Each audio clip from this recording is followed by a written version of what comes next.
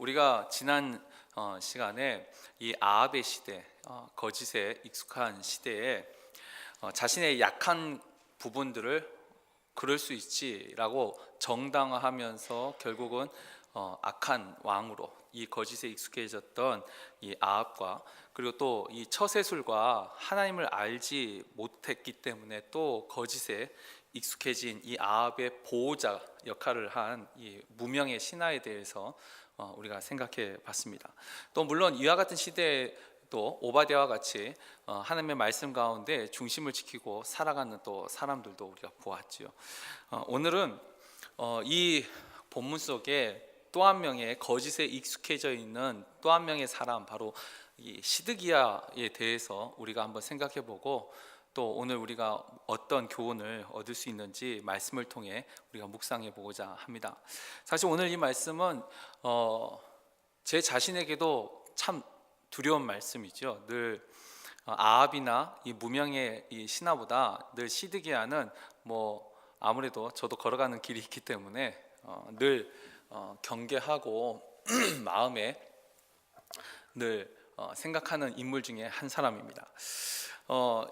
일단 오늘 이 시드기야에 대해서 우리가 좀 깊게 한번 생각을 해봤으면 좋겠습니다. 그리고 이 시드기야를 우리가 너무 쉽게 이 시드기야는 거짓 선지자였지, 이 거짓 말하는 영이 임한 선지자지, 이렇게 너무 쉽게 생각하지 않았으면 좋겠습니다. 이 성경에 우리가 그렇게 쉽게 생각할 만한 인물들이 별로 그렇게 많지 않습니다. 왜냐하면 늘 우리도 똑같은 실수, 똑같은 함정에 똑같이 들어갈 수 있거든요.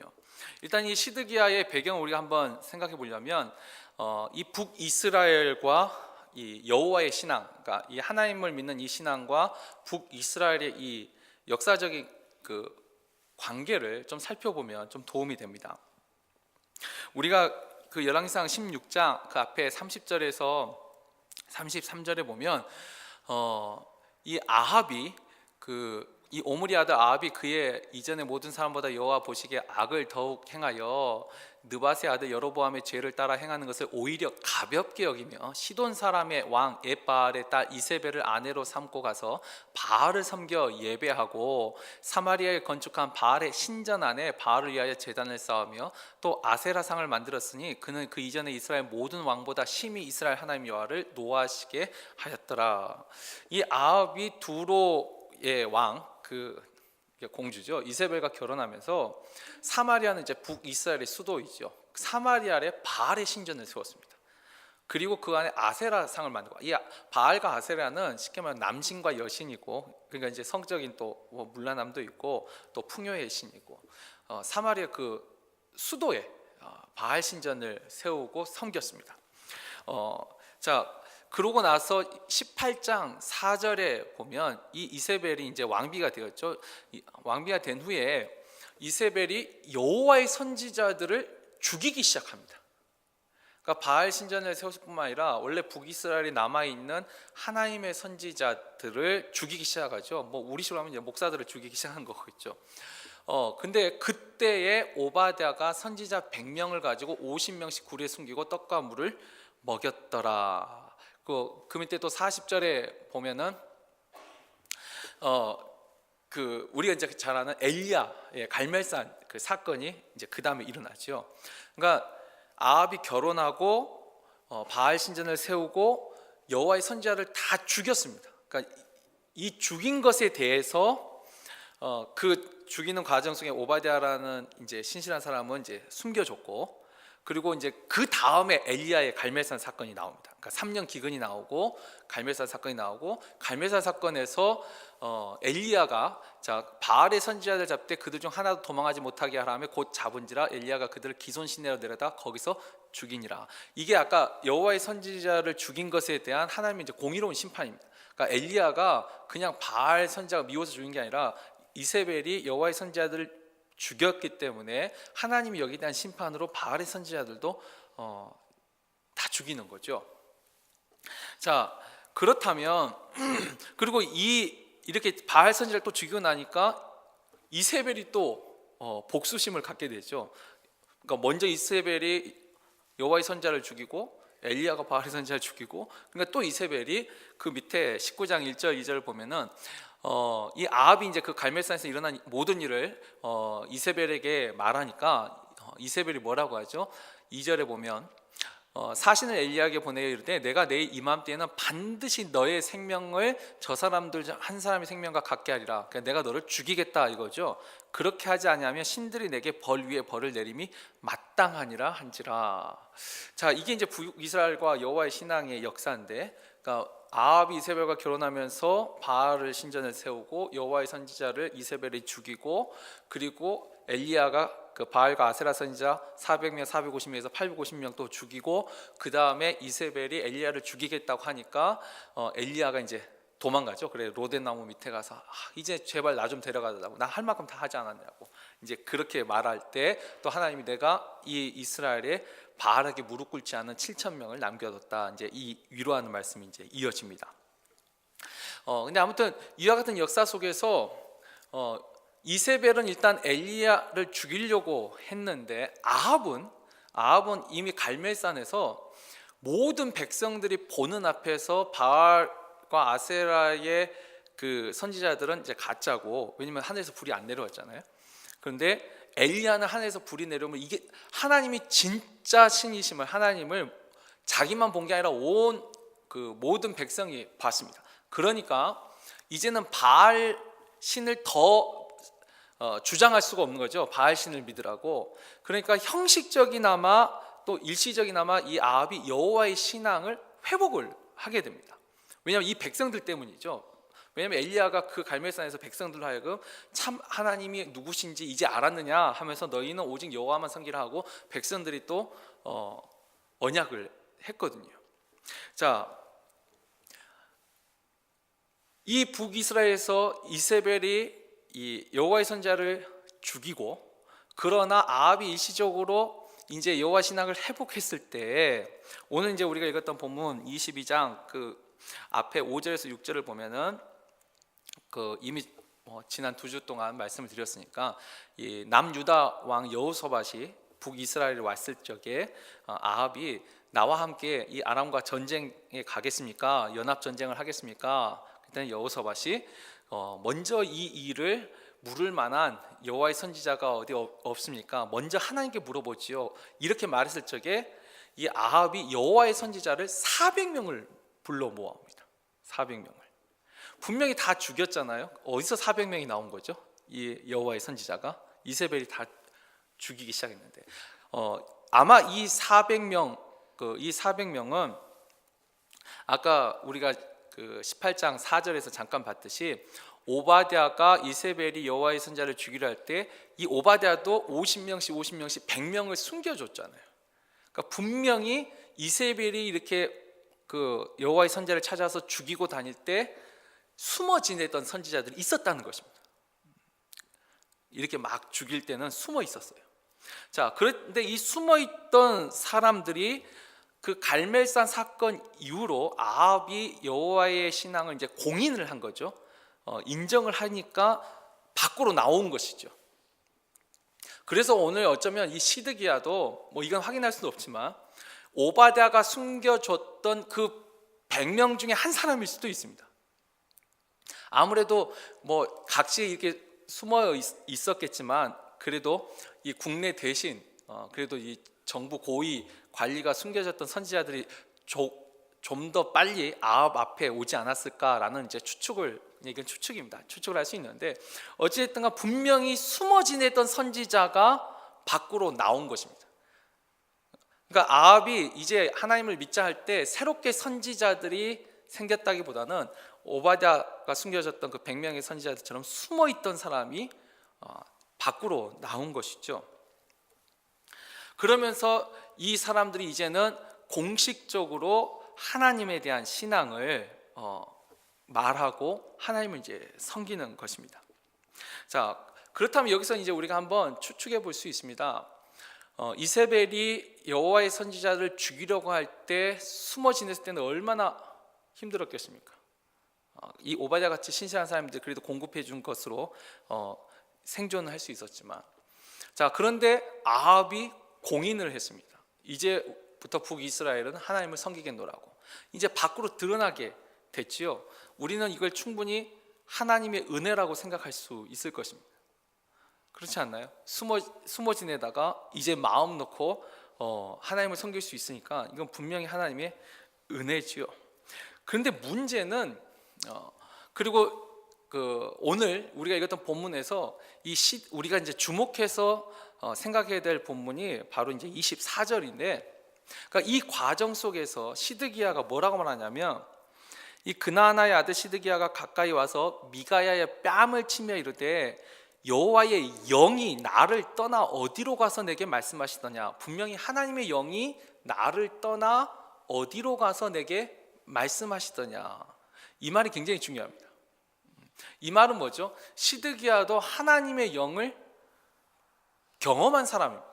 하나님의 영을 체험한 것이죠. 그리고 그 앞에 우리가 이제 물론 이 시대 사람들은 몰랐지만 우리는 기록된 성경을 통해서 알 수 있는데, 이 미가야가 봤던 천상회의에서도 보면 거짓말하는 영, 그러니까 천사 중에 하나가 내가 거짓말하는 영이 되어 이 모든 선지자들의 입에 있겠나이다 할 때 하나님이 허락한 미가야가 봤던 천상회의의 환상이 기록되어 있습니다.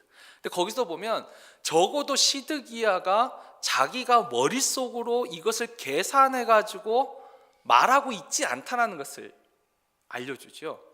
분명히 시드기야는 어떤 영적인 체험을 가지고 말을 하고 있는 것입니다. 그런데 이 시드기야는 뭐라고 하냐면, 하나님의 영이 지금까지 나에게 말씀하셨는데 이제는 언제 어디로 너한테 가서 이렇게 말하더냐. 왜냐하면 미가야가 자신의 예언과 정반대의 예언을 하고 있죠. 시드기야는 아합 왕에게 가서 승리하라고 좋은 예언을 하고 있고, 미가야는 아니요, 당신은 가면 죽을 겁니다 라고 예언을 하고 있으니까. 근데 이 시드기야가 가서 뺨을 치면서 여호와의 영이 언제 나를 떠나 너한테 가서 이렇게 말씀하셨느냐. 근데 이것이 거짓말 같지 않다라는 게 이제 문제죠. 우리가 생각해야 될 문제는 여기 있습니다. 분명 시드기야 이세벨이 여호와의 선지자를 멸할 때 숨어 지내면서 아마 간절히 하나님을 저는 찾았을 거라고 추측을 합니다. 그런데 그렇게 간절히 찾던 시드기야가 아합이 공인하면서 어찌보면 하나님의 은혜를 누리면서 이제 밖으로 이제 드러나게 자신의 이제 신앙생활을 할 수 있게 되었을 적에 이 과정에서 이제 변화가 일어났다라는 것이죠. 그리고 이 변화에서 우리가 하나 본문에서 힌트를 얻을 수 있는 것은 이 시드기야가 아합 왕한테 예언할 때 하는 방법입니다. 예언의 방법인데 22장 11절에 보면은 시드기야가 아합 왕에게 예언할 때 어떻게 예언을 하고 있냐면, 이 그나안의 아들 시드기야는 자기를 위하여 철로 뿔들을 만들어 가지고 말하되 여호와의 말씀이 왕이 이것들로 아람 사람을 찔러 진멸하리라 하셨다고. 철로 뿔을 만들었어요. 그리고 이걸로 그 뿔 아시죠? 그냥 뿔을 만들고 막 찌르는, 이렇게 신용을 하면서 여호와의 말씀이, 하나님의 말씀이 왕이 이와 이처럼 아람 사람을 찔러 진멸하리라 하셨다. 아마 이건 이제 저의 추측인데, 시드기야가 분명히 어떤 환상을 봤냐면 아마 이런 뿔들로 공격하는 이런 환상을 본 것 같아요. 아마 자기가 본 환상을 토대로 만들었겠죠. 아니더라도 상관없습니다. 그거. 근데 중요한 것은 이 여호와의 선지자들이 숨어 있을 때는 이와 같은 방식으로 분명히 예언하지 않았을 것입니다. 이렇게 드러나는 행동을 하지 않았을 것입니다. 그리고 하나님은 예언할 때 하나님은 주로 무엇으로 말씀하시죠? 말씀으로 하십니다. 말씀으로. 그러니까 꿈과 환상을 보여주시기도 하지만 가장 중요한 것은 꿈 속에, 꿈이나 환상이나 그 속에 말씀을 주시는 거죠. 지금 이와 같은 어떤 형태를 만들고 가시적인 것으로 보일 때도 물론 있습니다. 예레미야나 그 뒤에 이사야, 호세아 때 보면 또 특히 에스겔 하나님이 말씀하실 때도 있습니다. 그러나 지금 이 북이스라엘에서는 숨어 지내던 사람이 지금 드러나는 예언을 하고 있잖아요. 이건 변화가 생긴 것입니다. 그리고 또 이런 모습이 여호사밧 왕에게는 아주 낯설었어요. 그래서 우리가 그 앞에 22장 7절에도 보면은 그 400명이 와가지고 다 여호와의 선지자라는 400명이 다 얘기할 때 여호사밧 혼자 이상한 거죠. 이 사람들 말고 우리가 하나님께 물을 만한 선지자가 또 어디 있느냐고. 왜냐하면 아합과 거기 모인 400명 어느 누구도 이 모습이 이상하지 않아요. 어색하지 않아요. 근데 유다 왕 여호사밧만 이상한 거예요. 뭔가 이상하게 됐어요. 하나님을 말하고 있고 하나님의 이름을 부르짖으며 예언을 하고 있는데 뭔가 이상한 것이죠. 자, 이제 오늘 우리가 읽었던 열왕기상 본문에서는 이 정도밖에 우리가 알 수가 없습니다. 이 시드기야에게 일어났던 변화가 도대체 무엇이었을까? 이제 추측 정도만 할 수 있죠. 숨어 지냈던 선지자가 이제 공인되면서 하나님의 은혜를 누리면서 그러면서 뭔가 변화가 생겼습니다. 그래서 우리가 여기서 좀 다른 본문에 있는, 꼭 시드기야만 이런 일이 생긴 게 아니라 성경에는 이 하나님의 말씀을 받았던 사람들이 바뀌는 것에 대해서 성경이 기록하고 있습니다.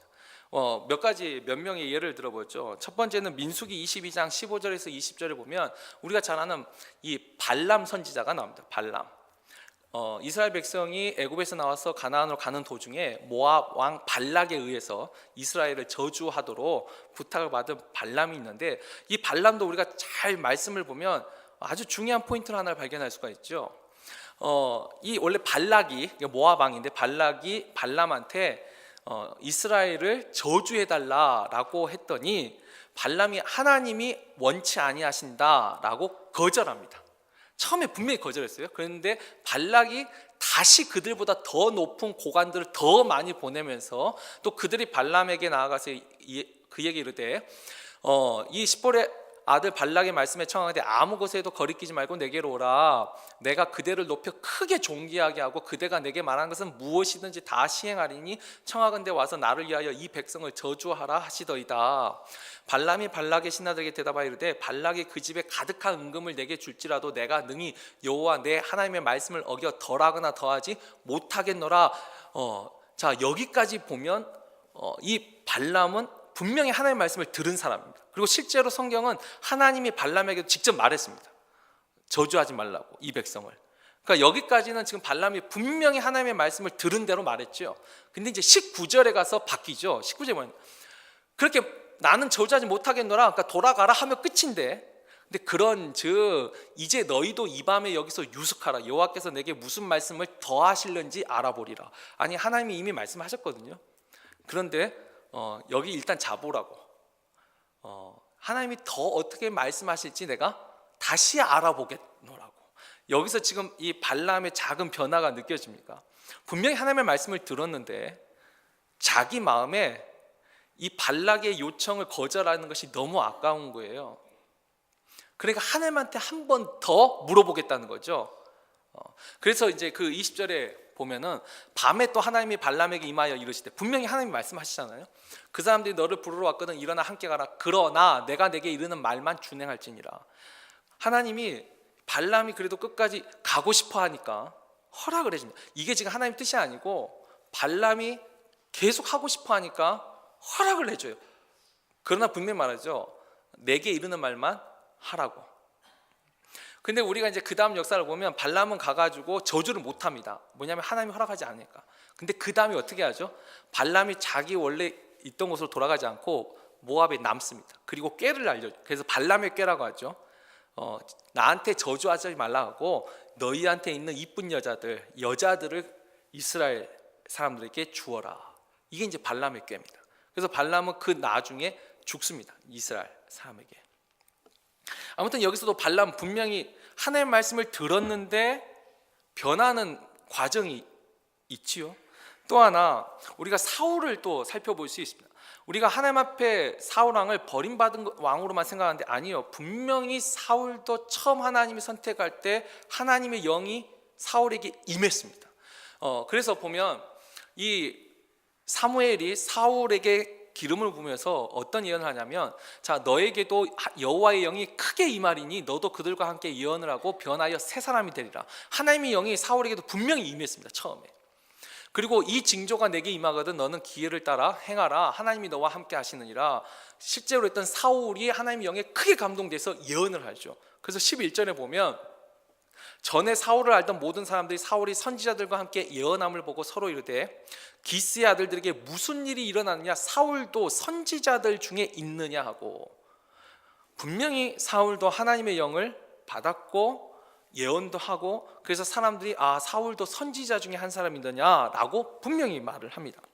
그런데 이제 그 다음에 우리가 14장 44절 또 15장 30절을 보면 사울이 뭐라고 하죠? 우리가 15장 30절 보면 잘 보세요. 변화를 보시는 겁니다. 이 말씀을 통해서 우리가 오늘 주목할 부분은, 자, 사울이 이르되 내가 범죄하였을지라도 이제 청하옵나니 내 백성의 장로들 앞과 이스라엘 앞에서 나를 높이사 나와 함께 돌아가서 내가 당신의 여호와 하나님 여호와께 경배하게 하소서 하더라. 하나님의 영을 받아서 예언하던 사울이 지금 자기를 높여달라고, 내가 범죄하였을지라도 내가 죄를 지었다 할지라도 나를 높여달라고, 그리고 당신의 하나님이라는 표현을 씁니다. 사울이 지금 변하고 있지요. 변하는 모습이 보여야 돼. 아까 발람도 변하는 포인트가 있고 사울도 변하는 포인트가 있습니다. 또 우리가 신약에 가서 한 사람 더 볼까요? 사도행전 8장 13절에 보면 이 시몬이라는 사람이 나옵니다. 베드로 시몬이 아니고요. 이 시몬은 마술사 시몬인데 8장 14절에 보면 이 시몬도 믿고 세례를 받은 후에 전심으로 빌립을 따라다니며 그 나타나는 표적과 큰 능력을 보고 놀라니라. 이 시몬도 세례를 받고 진짜 전심으로 이 사도들을 따라다니면서 그 하나님이 행하신 놀라운 일을 보았습니다. 그리고 18절에 근데 보면 시몬이 사도들의 안수로 성령 받는 것을 보고 돈을 들여 이르되 이 권능을 내게도 주어 누구든지 내가 안수하는 사람은 성령을 받게 하여 주소서 하니, 20절에 베드로가 이르되 내가 하나님의 선물을 돈 주고 살 줄로 생각하였으니 내 은과 내가 함께 망할지어다. 하나님 앞에서 내 마음이 바르지 못하니 이 도에는 내가 관계도 없고 분깃될 것도 없느니라. 이 시몬인데 아까 그랬죠. 그 돈으로 산다는 그 말, 거기에서 이 빌립이 내 마음이 바르지 못하니, 왜 바르지 못하죠? 하나님의 능력을 돈을 주고 사서 결국 뭐냐, 내가 안수하는 사람마다 그러니까 나의 뜻을 실현하고 싶은 거죠. 원래 시몬은 그 앞에 보면은 하나님의 큰 능력을 받은 자라고 사람들한테 인정을 받던 사람이에요. 유대인이었군요. 자, 성경에 기록되어 있는 이 세 사람뿐만 아니라 오늘날 현대에서도 우리가 이와 같은 예들을 종종 찾아볼 수가 있습니다. 여러분들은 아실지 모르겠는데 전 미국에서는 잘 모르겠고 한국에서는 예전에 그 할렐루야 기도원 LA에도 제가 있었다라고 알고 있어요. 예전에 그 김계화 원장이라고. 근데 이 김계화 원장이 유명한 게 뭐냐면 성령 수술로 굉장히 유명했습니다. 그래서 이제 한번 PD 수첩에도 한번 나왔었죠. 그 성령 수술이 뭐냐, 환부에다가 이제 안수 기도를 하는데 피고름을 잡아 빼는 겁니다. 실제로 그 딱 환부에 딱 닫고 쭉 빼면 암덩어리를 빼내는 거예요. 그래서 실제로 수술한다고, 성령 수술로. 아니 저도 그 학생 시절에 한번 가본 적이 있습니다.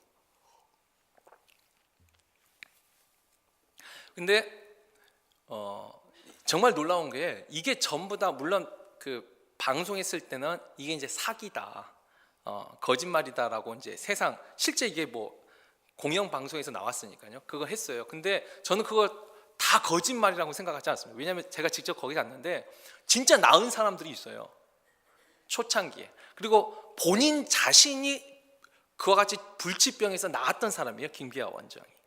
그러니까 본인이 그와 같은 그 병을 고침을 받고 하나님이 주신 신유의 은사를 가지고 또 정말로 간절히 기도해서 정말로 나은 사람들이 있더라니까요. 모르겠어요. 그 사람들도 다 짜고 거짓말 한지 몰라도 제가 그때 만났던 사람은 그 여고생인데 그 10대 애가 거짓말을 한다고는 생각하지 할 수가 없고 진짜 걷지 못하던 아이가 그 관절염 거길 다 나가가지고 거기서 기도하고 산에도 올라가고 하는 거죠. 그리고 거기서 봉사하는 많은 분들이 실제로 그런 일들을 경험을 하신 거예요. 저는 그것이 진짜 있었다라고 저는 믿습니다. 근데 문제는 가운데 변한 거예요. 변화가 생긴 거예요. 이 김계하 원장님이 이제 나중에 하나님의 능력으로 분명히 낳는데, 낳는 것은 하나님의 능력으로 낳은 거죠. 근데 점차적으로 이제 자기가 점점 좀 높아집니다. 그러니까 제가 좀 세월이 지나서 갈 때는 크리스마스 때도 한번 간 적이 있는데, 그때 하얀 드레스를 입고 나오셔가지고 예수님 생일인데 자신이 신부라고 이제 하더라고요. 좀 이상하다, 이상하다 느꼈는데, 진짜 그러다 한 2년 뒤에 TV에 나오면서 이제 그 다음에 이제 1년 뒤에 교단에서 2단으로 정죄를 했고, 그 다음에 1년 뒤에는 이제 일반 공영방송에서 나오면서 이제 이 할렐루야 기도원이 이제 좀 몰락을 하게 되죠. 또 이것뿐만 아니라 그 한국에서 이제 기도원들에서 이런 일들이 많이 있었죠. 또 정말 많이 기도하러 다니던 태백산 기도원에서는 이제 눈안수라는 것이 있었어요. 그 눈안수하고 그 다음에 이제 몽둥이 안수가 있었는데, 눈안수는 성령의 불 받으라 하면서 이제 손가락 2개로 눈을 확 찔러요. 근데 궁금하면 찔러보세요. 찔르면 불이 번쩍하죠. 아니, 제대로 찌르면 불이 보여요. 근데 그게 성령의 불이라고. 그래가지고 막 불 받아라. 근데 이게 우리가 그냥 완전히 다 거짓말 사기라고 생각하기에는, 아니요, 초창기에는 분명히 그런 놀라운 일이 있었어요. 실제로 그런 안수를 통해서 눈이 밝아진 사람들이 있었다는 거예요. 몸이 특별히 이제 이런 데는 주로 이제 질병을 가진 분들이 많이 올라가는데 고침을 받는 거죠. 자, 오늘날 이와 같이 이제 이렇게 매스컴에 나온 분들뿐만 아니라 매스컴에 나오지 않지만 교회 안에 은근히 많이 퍼져 있는 게 뭐냐면 예언기도 하시는 분들, 그런 소문 못 들어보셨나요? 이렇게 TV에는 안 나와도 어떤 분한테 예언기도 한번 받으러 가고, 또 영분별, 제가 알고 있는 어떤 분은 딱 하나님이 은사를 주셔가지고 그 사람을 딱 보면 이마에 십자가든지 666이든지 이게 보이는 분이 계시더라고요. 아유, 진짜 그런 분이 있으면 만날 때 굉장히 긴장될 거예요. 아니요, 그건 저도 한번 경험을 한 적이 있습니다. 그래도 다행히 아무리 아니다 해도 아이고 십자가가 안 보이네요. 그러면 얼마나 사람이 찝찝합니까? 근데 다행히 그분은 저를 보고 아니 제가 만나려고 한 건 아닌데 데리고 오셔가지고 만나는데 이거 십자가가 선명하게 보입니다. 그래서 제 나름대로 아유 그래도 안 보인다고 한 것보다 훨씬 낫네 했지만 별로. 근데 그런 분들이 생각보다 많습니다. 예언기도 한다는 영분별의 은사가 있다, 또 신유의 은사가 있다, 또 기도하면 꿈과 환상을 또 보고, 이 모든 것들이 분명히 하나님이 우리에게 은혜로 주십니다. 이 시드기야도 분명히 그런 경험을 저는 했을 거라고 생각합니다. 아까 발람도 그렇고 사울도 그렇고 다 하나님의 영을 분명히 처음엔 받았습니다. 근데 왜 바뀌었을까요? 왜 이들이 거짓에 익숙해져 버렸을까요? 왜 하나님의 진리를 분별하지 못하고 자기 스스로가 이걸 깨닫지 못하는 거죠. 시드기야가 뺨을 치면서 말할 때는 하나님의 영이 언제 나를 떠나 너한테 가서 이렇게 말했느냐, 전혀 다른 말을 하고 있는데도 시드기야는 모르는 거죠. 지금 왜 모를까요? 아까 김계하 원장이라든지 이 발람이라든지 시몬이라든지 이 사람들 왜 자신들은 그걸 깨닫지 못했을까요?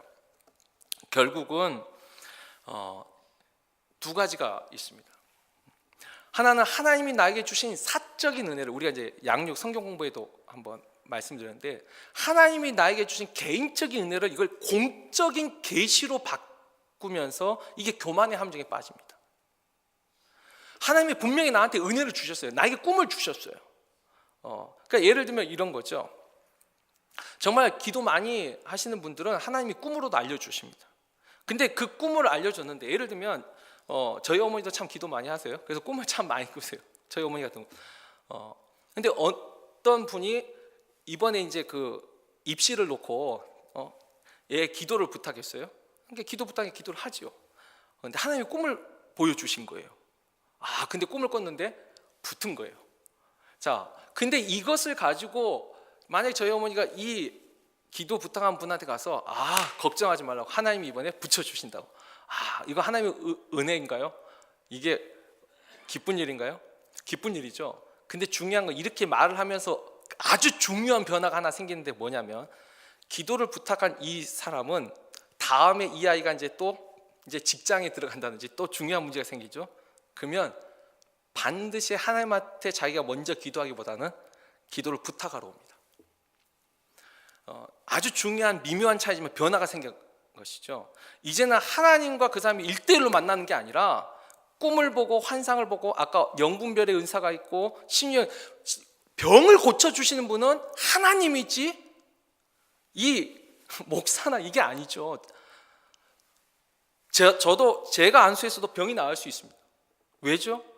제가 안수했기 때문이 아니라 그 사람이 하나님에 대한 믿음이 있으면 그 기도원에 가서 병 나을 사람은 여기서도 병이 낫습니다. 병을 고쳐주는 진짜 능력의 근원은 하나님이거든요. 그러나 사적인 은혜를 공적인 계시로 말하기 시작할 때 아주 중요한 변화가 생기는데, 이제는 하나님이 아니라 자기가 높임을 받습니다. 결국은 이 시드기야도 오늘 우리가 읽었던 본문의 그 22장 11절 가장 중요한 말이 있는데, 아까 예언할 때 성경은 일부러 이 단어를 강조합니다. 2장 11절을 보면 예언할 때 뭐냐면, 자기를 위하여 철들로 뿔을 만들어, 자기를 위하여라는 말을 강조하고 있습니다. 그러니까 하나님의 말씀을 대언하고 있는 것이 아니고 자기를 위하여 하나님의 말씀을 이용하고 있는 거죠. 결국 이 발람도 그랬고 사울도 그랬고 시몬도 그랬고, 자기 뜻을, 자신의 생각과 감정을 하나님의 뜻으로 바꾸는 그 작은 유혹에서부터 이제 분별력을 잃어가는 거죠. 분별력을 상실해가는 것입니다. 그러니까 하나님이 분명히 은혜를 주셨습니다. 그래서 하나님을 알고 있습니다. 그러나 그 작은 유혹에 한 번 넘어가고 두 번 넘어가면서 이제는 분별력을 잃어버리고 이게 진짜 하나님의 말씀인지 나의 생각인지를 이제는 더 이상 분별하지 못하는 상황에 이르게 되는 것이죠. 결국 자신의 유익과 자신의 명예를 위해 자신의 뜻을 주장하면서 점점 거짓에 익숙해져가는 모습을 보게 됩니다. 이건 아합의 그 무명의 신하나 아합과는 또 다른 케이스죠. 이건 특별히 하나님 앞에 영적으로 민감한 사람들이 빠지기 쉬운 유혹입니다. 하나님이 분명히 은혜의 경험을 주셨어요. 그러나 그 은혜의 경험을 말씀의 근거에서 바로 기준을 바로 세우지 못할 때 이런 위험에 빠지게 되는 것이죠. 이와 같은 이 영적인 이 치우침이 이 기독교 역사 속에서도 시대별로 늘 있었습니다. 뭐 한국에도 있었고 뭐 지금도 당연히 있죠. 처음 말씀드렸던 것처럼 제 자신도 이 말씀을 늘 묵상할 때마다 나도 어느 순간, 그렇죠, 하나님의 뜻을 내 뜻과 분별하지 못할 그런 시기가 올 수도 있겠죠. 그걸 누가 장담할 수 있습니까? 그 작은 변화. 그래서 우리가 정말로 하나님 앞에 분별력을 잃지 않으려면 이와 같은 부분에 우리가 민감해져야 되고, 늘 가장 중요한 것은 기록된 말씀, 진리의 말씀, 그러니까 하나님의 그 말씀이 주는 기준에 서야 됩니다. 그 말씀의 기준에 우리가 서 있지 못하면 이와 같은 것을 이제 분별하지 못하게 되고, 정말 하나님이 주신 귀한 은혜, 하나님이 주신 그 귀한 은사를 열매로 승화시키지 못하고 오히려 내 자신이 빠지는 유혹과 함정으로 바뀔 수도 있다는 것입니다. 이건 굳이 목회자나 뭐 이 길을 걸어가는 우리들에게만 해당되는 게 아니고 하나님을 믿는 모든 사람들에게 이와 같은 일들은 늘 경계해야 될 것이라 생각을 합니다. 우리가 이제 이 거짓에 익숙한 세대에 이제 다음 주에는 이와 같은 시대에도 하나님의 말씀을 붙잡고 사는 이제 미가야, 어떻게 그는 그것을 하나님의 뜻으로 분별할 수 있었는가, 우리가 이제 그걸 마지막으로 살펴보게 될 텐데, 이 거짓에 익숙한 시대가 아합의 시대뿐만 아니라 오늘날에도 저는 동일하게 일어난다고 생각합니다. 합리화 속에서 자신의 약함을 정당화하면서 이건 그럴 수 있지, 이 말 속에 우리가 나의 악함을 정당화할 수도 있고, 또 처세술, 좋은 게 좋은 것이고, 또 하나님을 알지 못하기 때문에 했던 그 행동 속에서 이 악을 보호할 수도 있고, 또 영적으로 참 귀한 은혜를 받았지만 그것이 전환되는 그 미묘한 순간을 민감하게 캐치하지 못해서 오히려 그 은혜를 잃어버릴 수 있는 이 시드기와 같은 거짓에 익숙해진 사람도 될 수 있다는 거, 우리가 이것을 말씀을 통해서 늘 기억하고, 우리는 이와 같은 함정과 그와 같은 유혹에 좌로나 우로나 치우치지 않고 하나님 뜻을 분별할 수 있는 영적 분별력 잃지 않고 신앙생활을 하게 해달라고 우리가 늘 기도하면서 나아가게 될 줄 믿습니다.